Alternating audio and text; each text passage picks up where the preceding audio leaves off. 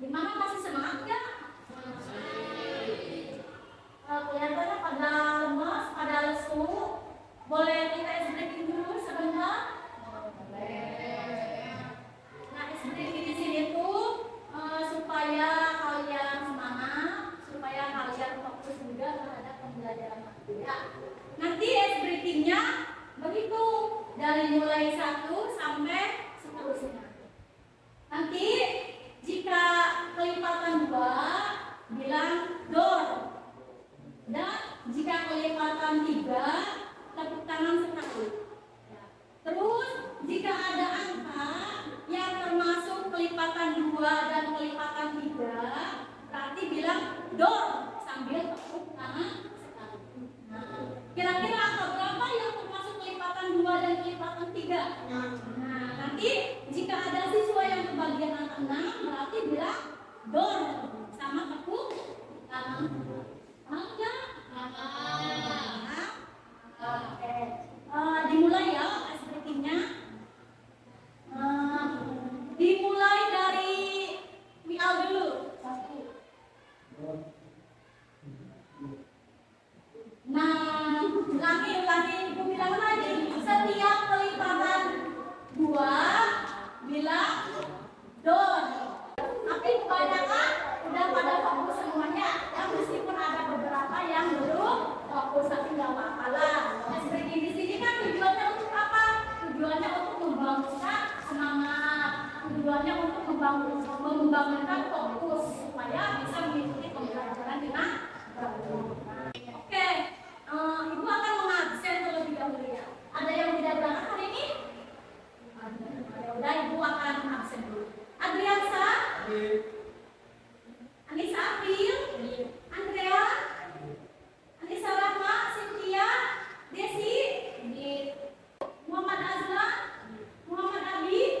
Najwa? Wian? Nah, untuk hari ini sebelum Ibu masuk materi pembelajaran berikutnya, Ibu akan flashback terhadap materi pembelajaran sebelumnya. Boleh kan flashback pelajaran? Asal jangan flashback ya, kalau flashback pembelajaran nggak apa-apa, supaya nanti kalian selalu ingat materi-materi sebelumnya. Daripada flashback makna, nanti yang ada malah kalian tidak fokus belajar. Bener nggak? Ngomong-ngomong flashback, tadi kan Ibu bilang flashback materi pelajaran sebelumnya kan boleh dilakukan. Pelajaran sebelumnya itu kan tentang komponen makhluk hidup. Komponen makhluk hidup itu terbagi menjadi berapa macam? 2. Ada komponen biotik dan ada komponen abiotik. Di mana komponen biotik itu terdiri dari unsur-unsur yang hidup, baik itu makhluk hidup, hewan, manusia ataupun tumbuhan. Bahkan bakteri yang kecil pun itu disebutnya komponen biotik. Ada juga komponen abiotik, yaitu unsur-unsur yang tidak hidup, seperti cahaya matahari, air, tanah, pasir, dan yang lainnya. Semua termasuk ke dalam komponen abiotik.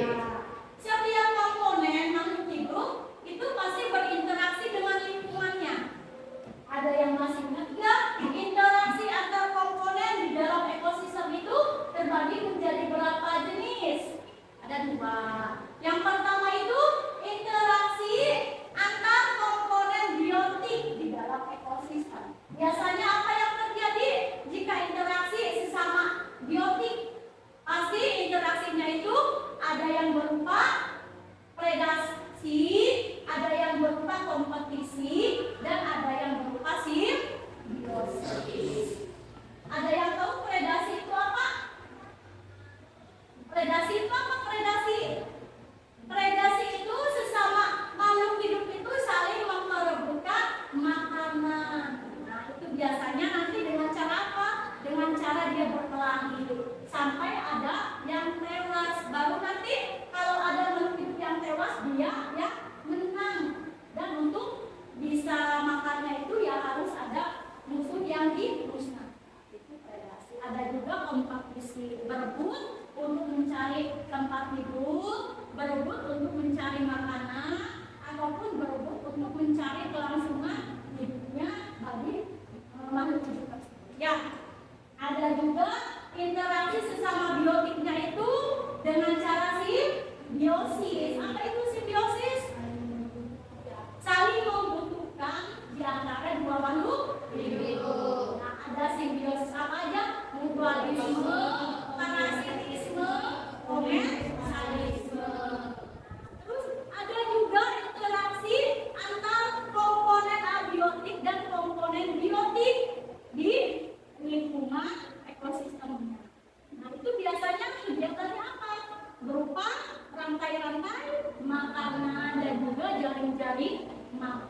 bahkan nanti ada juga sampai ke siklus energi. Ya, nah itu semua termasuk ke dalam interaksi antar komponen yang ada di lingkungan hidup.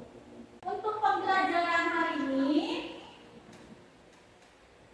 yaitu peserta didik dapat memahami tentang pencemaran lingkungan melalui slide presentasi tanpa dimanfaat. Yang kedua, peserta didik dapat memahami dampak pencemaran lingkungan beserta cara mengatasinya melalui diskusi. Ketiga, peserta didik dapat mengkomunikasikan dampak pencemaran lingkungan beserta solusi cara mengatasi melalui slide presentasi tanpa dimanfaat. Ibu akan memberikan pertanyaan. Yang pertama, bagaimana interaksi yang terjadi pada komponen-komponen makhluk hidup? Ada yang bisa jawab? Pertanyaan tersebut ada kaitannya dengan materi sebelumnya. Silakan Andrea, jawab pertanyaan nomor 1. Dalam ekosistem terdapat dua interaksi antara komponen biotik dan juga komponen biotik dan abiotik. Yang ke satu, interaksi antara komponen biotik meliputi simbiosis, predasi, dan juga kompetisi. Dan juga kedua, interaksi antara komponen biotik dan abiotik meliputi rantai makanan dan juga gangguan makanan dan juga siklus energi. Betul, jawabannya pada komponen makhluk hidup itu ada dua. Yang pertama, interaksi antar komponen biotik. Nah, interaksi antar komponen biotik itu meliputi predasi, simbiosis. Nah, lalu yang kedua juga interaksi antar komponen biotik dan abiotik. Itu meliputi apa aja tadi? Siklus, rantai makanan dan jaring-jaring makanan.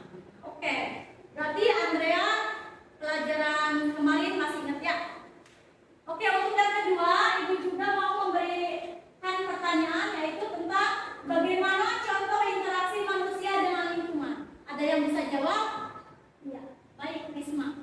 Contohnya manusia harus bisa menjaga dan melindungi ekosistem, baik ekosistem air, udara, dan darat.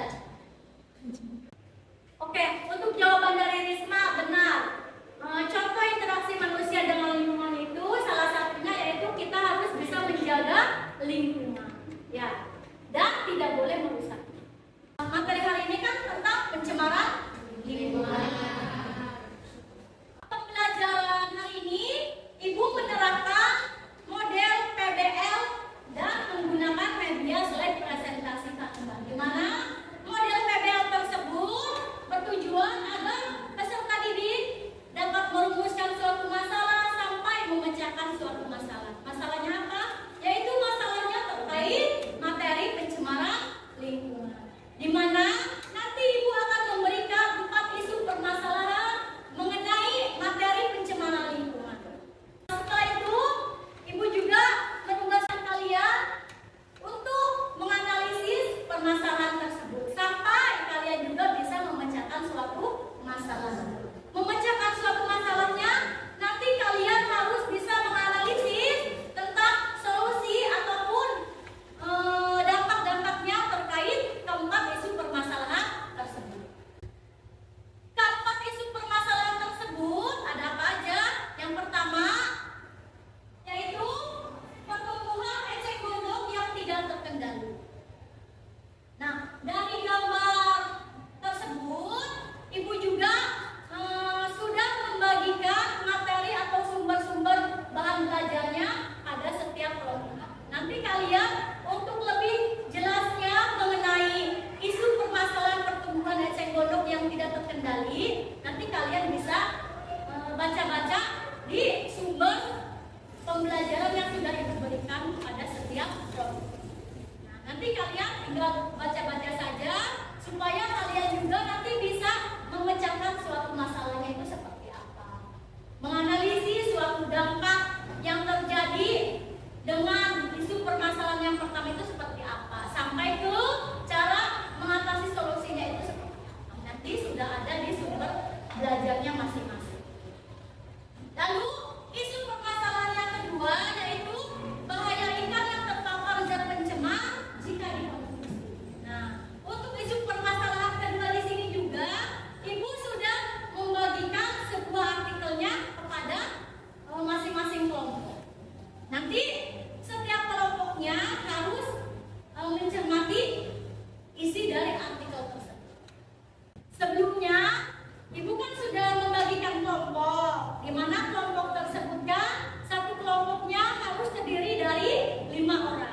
atau 5 siswa.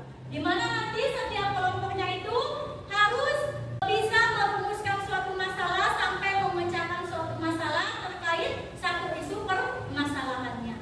Dan setiap satu kelompok ditugasi untuk menganalisis suatu isu permasalahannya berbeda.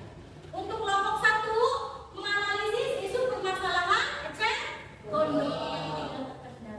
Untuk kelompok 2 nanti menganalisis permasalahan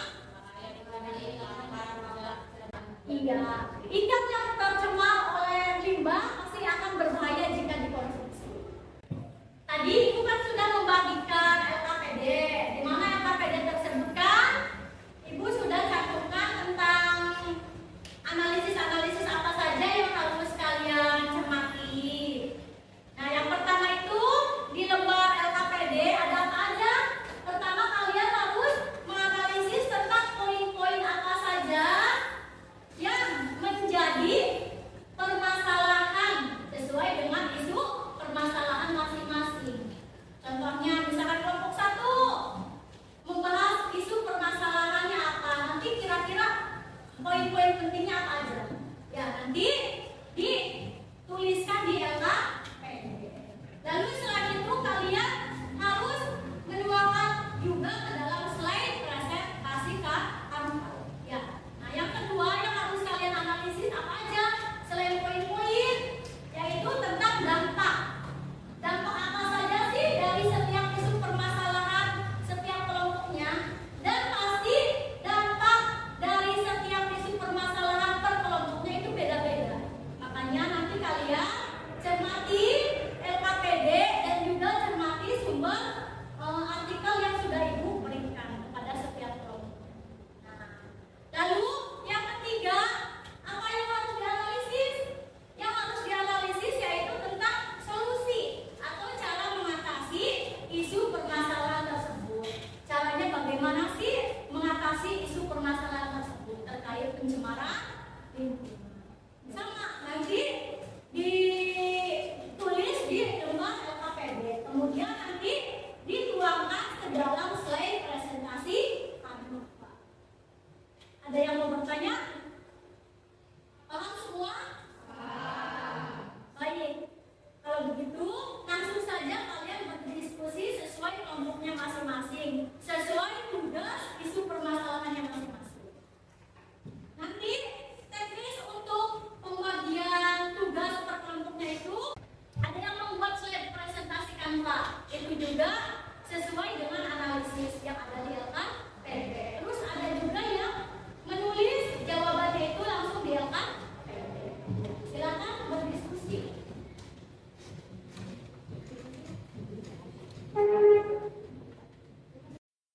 Teknik biolecing.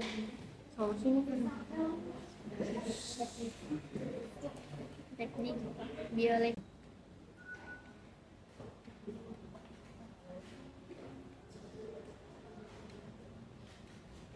Diskusinya udah selesai belum? Sudah. Kelompoknya ini sudah selesai ya? Sudah.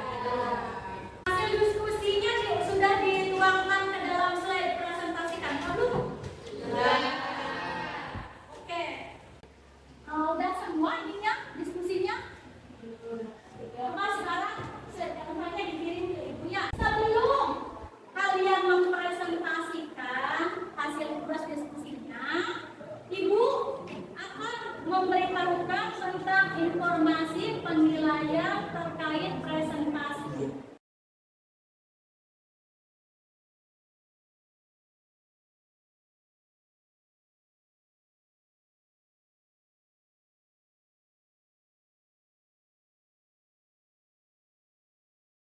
Berarti bisa langsung dimulai presentasi kelompok pertama.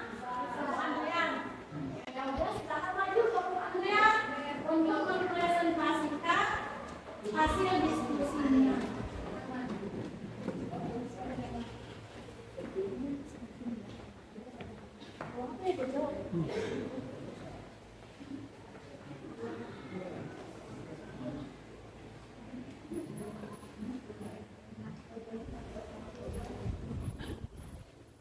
Yang jadi moderator siapa ya? Andrean. Oh, ya udah.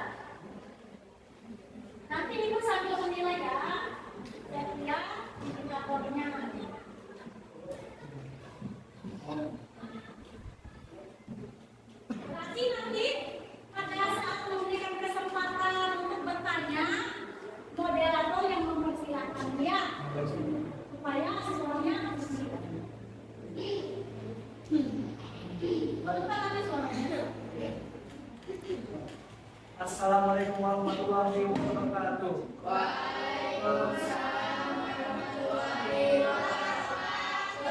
Selamat pagi, selamat semoga kita sempat kembali di sini dengan sehat dan juga baik. Kali ini di kelompok kami akan mempresentasikan tentang Itu permasalahan pertama. permasalahan kelompok 1 itu tentang pertemuan kesimpulan kegiatan kendali. Di sini kami mengambil 3 poin utama, yaitu apa saja masalah yang disebabkan oleh eceng gondok di atas kendali, 2 apa saja dampak yang diakibatkan oleh eceng gondok, dan juga 3 solusi apa saja untuk diciptakan mengatasi masalah eceng gondok. Untuk mempersingkat waktu pada pembaca mulai 1 itu dipersilakan.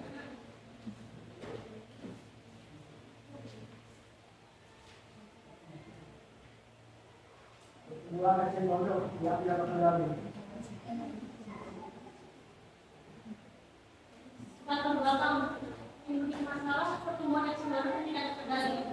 Eceng gondok digunakan sebagai bioindikator penularan. Walaupun memiliki manfaat, pertumbuhan eceng gondok harus dikendalikan persebarannya karena eceng gondok merupakan tumbuhan invasif yang merusak ribuan danau di Indonesia. Tumbuhan invasif bersifat merugikan bagi kehidupan pada suatu habitat perairan serta merusak makanan pada suatu ekosistem. Dengan tingginya daya toleransi terhadap lingkungan, membuat eceng gondok menjadi berkembang secara luar biasa dan mengalahkan keanekaragaman hayati lokal. Jadi pertama saya dapat saya sampaikan sebelum ada yang ditanyakan. Yang bertanya, Adrian saja. Jika saya bertanya kepada kelompok 1, begitu. Oke, sebelum itu perkenalkan, nama saya Adriansa dari kelompok 2. Saya akan bertanya kepada kelompok 1, yaitu mengapa pemakaian pupuk yang baik? Mengapa pemakaian pupuk yang berlebihan dapat mengakibatkan peningkatan zat para perairan sehingga menimbulkan eceng gondok?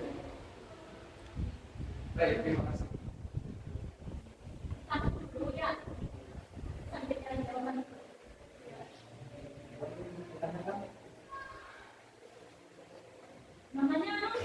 Nama saya Isma Aryani dari kelompok 4. Ingin bertanya kepada kelompok 1, bagaimana salah satu cara untuk mengendalikan eutrofikasi, yaitu dengan cara dipanen bentuk bahan kerajinan. Contoh hasil produk itu seperti apa?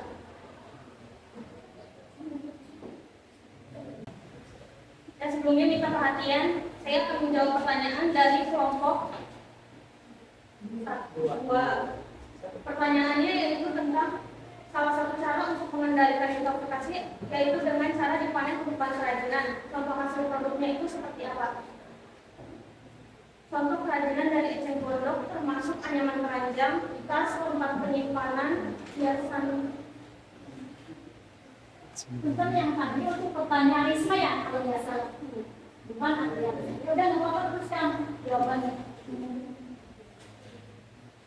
Contoh kerajinan dari eceng gondok termasuk anyaman keranjang, tas, tempat penyimpanan, hiasan dinding, atau bahkan mebel ringan seperti kursi dan meja. Penggunaan eceng gondok dalam kerajinan memberikan alternatif yang ramah lingkungan dan berkontribusi pada pengendalian eutrofikasi di perairan.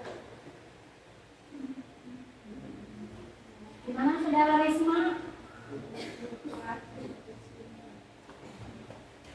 Selanjutnya, saya akan membacakan jawaban atas pertanyaan Adriansa dari kelompok 2. Salah satu cara untuk mengendalikan eutrofikasi yaitu dengan cara dipanen untuk bahan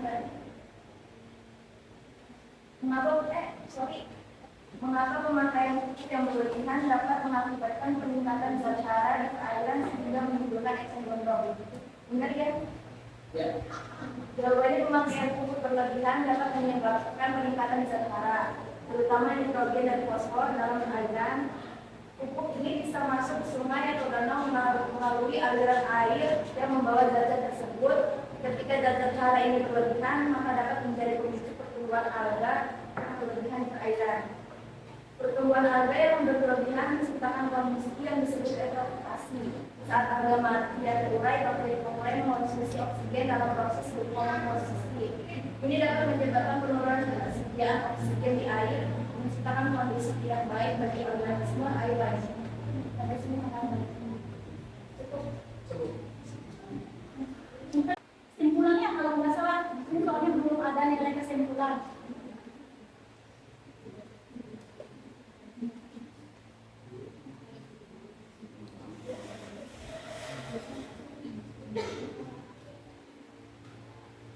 Ya, jadi itulah presentasi yang dapat kami sampaikan bahwa kesimpulannya hubungan efektor yang tidak terkendali dapat menyebabkan masalah ekologis seperti sebagai kedua menggunakan air, penurunan oksigen dan gangguan terhadap kehidupan akuatik. Diperlukan tindakan pengendalian untuk mencegah dan menghindari kepada ekosistem perairan. Dan juga pemakaian pupuk berlebihan dapat mengakibatkan eutrofikasi dan menimbulkan kesimpulan yang tidak terkendali. Oleh sebab itu, pengendalian penggunaan pupuk jadi kunci untuk mencegah peningkatan zat di perairan dan menjaga keseimbangan ekosistem.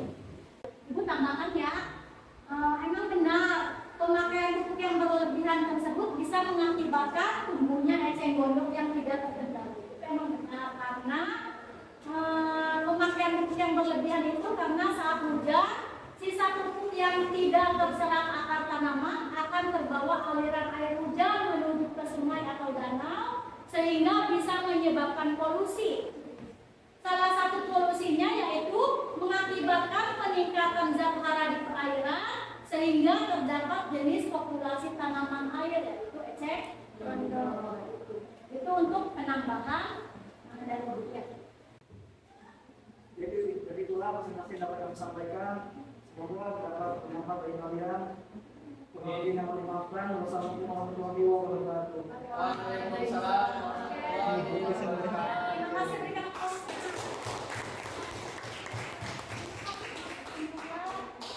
Sebelumnya Ibu ucapkan terima kasih kepada kelompok yang sudah mempresentasikan hasil diskusinya. Semuanya bagus ya.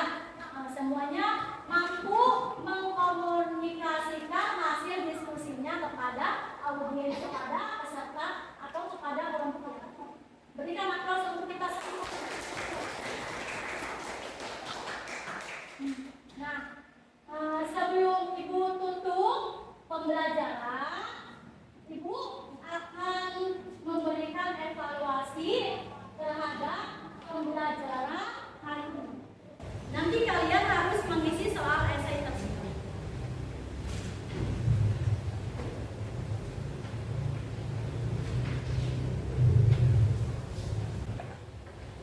Tadi kan Ibu udah memberikan soal esai. Jangan lupa nanti dikumpulkan lagi ke Ibu. Setelah Ibu memberikan evaluasi soal esai, tadi gimana soalnya, gampang atau susah?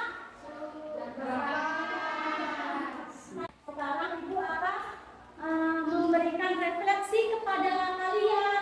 Ibu memberikan refleksi kepada kaliannya yaitu berupa pertanyaan. Nanti kalian jawab sesuai dengan pembelajaran yang tadi ya. Nah, yang pertama itu, apakah peserta didik memahami penjelasan guru tentang pembelajaran pencemaran lingkungan? Jawabannya? Paham. Paham.